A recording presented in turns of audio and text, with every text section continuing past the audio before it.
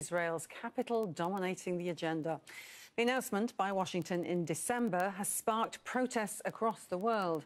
Palestinian groups Hamas and Islamic Jihad have declined an invitation to observe but not take part in the meeting, which is taking place in Ramallah. They say there is a lack of agreement on how to respond to the US decision. Well, let's go across to Imran Khan, who's following events from Ramallah in the occupied West Bank.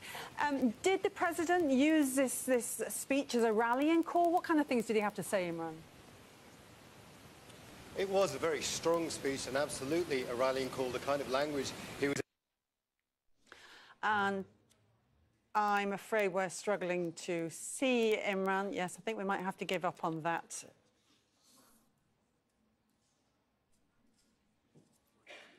OK. A member of the Qatari royal family says he is being held against his will in the United Arab Emirates. Sheikh Abdullah bin Ali Al Thani released a video statement saying that if anything were to happen to him, Qatar is not at fault. He has been living in Saudi Arabia since the blockade by some of Qatar's neighbours began.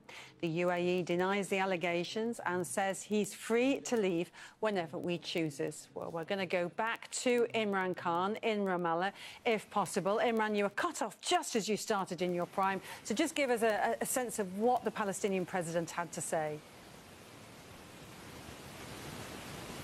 Well, it was a very strong statement. He talked about Jerusalem being the eternal capital of Palestine. He also said it was a jewel in the crown. Now, he also very much criticised President Donald Trump for taking Jerusalem off the table. He said this in a tweet. Now, he also said that this was the time for the Palestinian factions to all come together to talk about Jerusalem and that politics were being put aside. And this is why this Central Council meeting had been convened. Let's take a look at some of the language that he did use.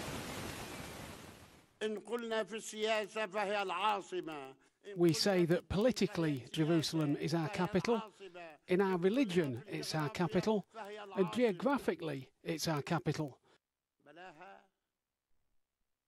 But it was removed from the map with a tweet from Mr. Trump. Now we say no to Trump.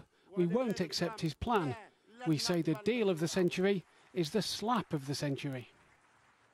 Imran, Islamic Jihad and Hamas refusing to accept the invitation to come to this meeting. What kind of things did the Palestinian president have to say about them?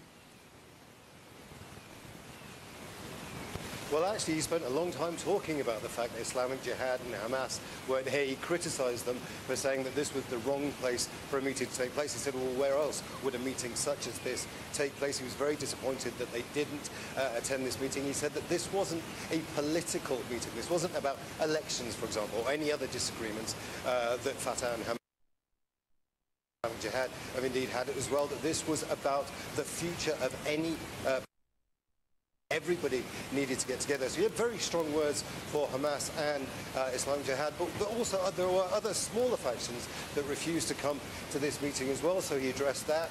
But what this was very much a rallying call from the President Mahmoud Abbas, saying that this is...